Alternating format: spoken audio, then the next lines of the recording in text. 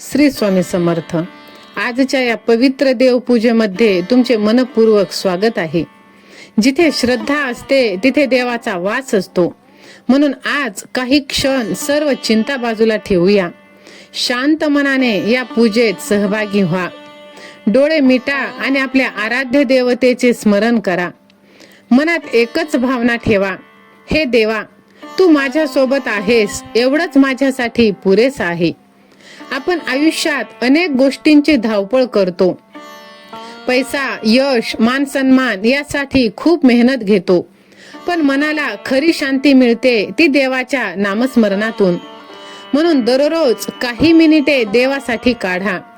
हीच सवय आयुष्याला नवीन दिशा देत असते. देवाकडे फक्त इच्छा मागू नका.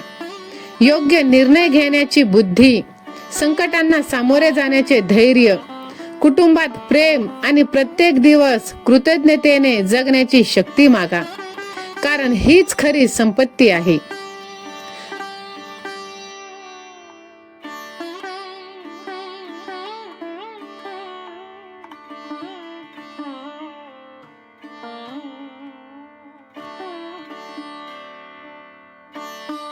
आज या पूजेदरम्यान तुमच्या मनात ज्या व्यक्तीसाठी प्रेम आहे त्यांच्यासाठी ही प्रार्थना करा.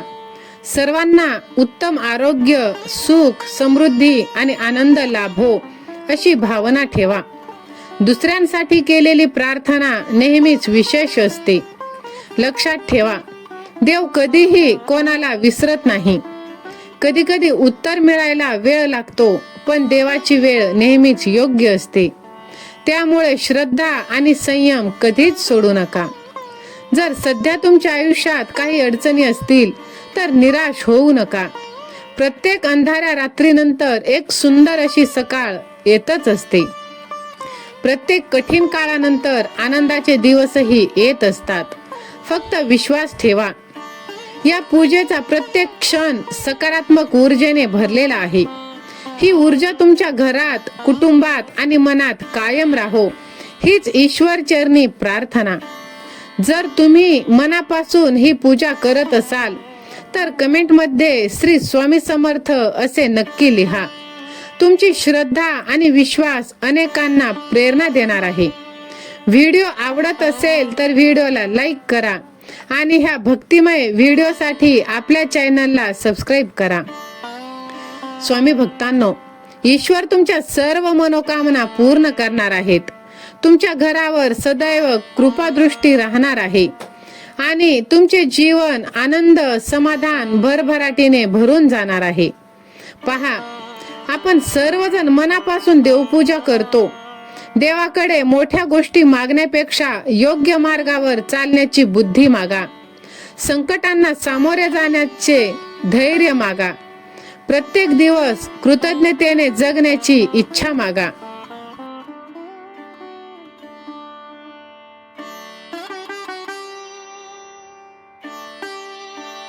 कधी थांबून स्वतःला विचारले का, आपण जे नाही त्यासाठी किती तक्रार करतो, पण जे आहे त्यासाठी कधीच आभार मानत नाही.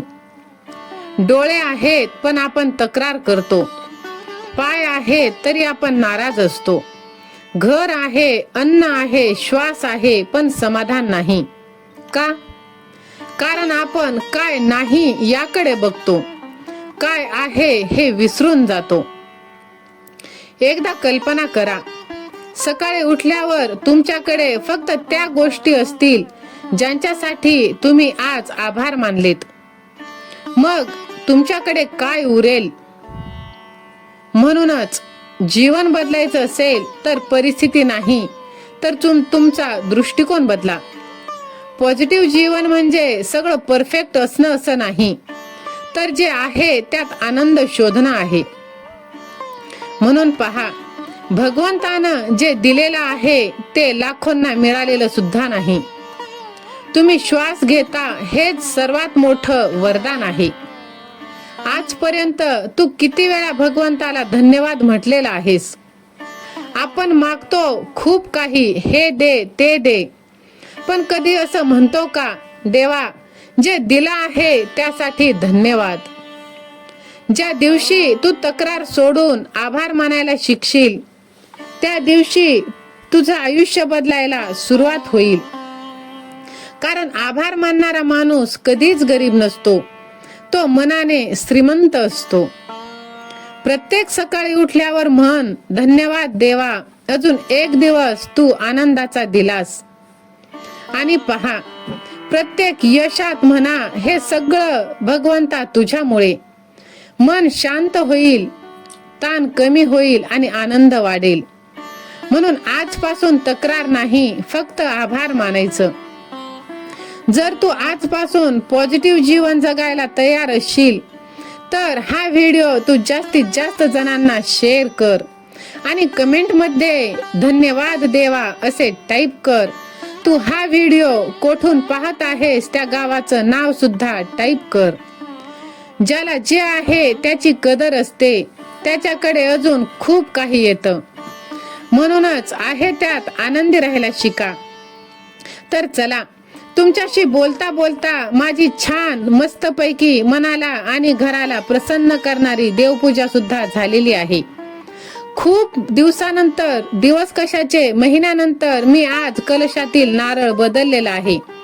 कारण प्रत्येक वेळेस जेव्हा मी पूजा करायचे तेव्हा ते काही लक्षातच राहायचं नाही आणि नंतर मग ते राहून जायचं.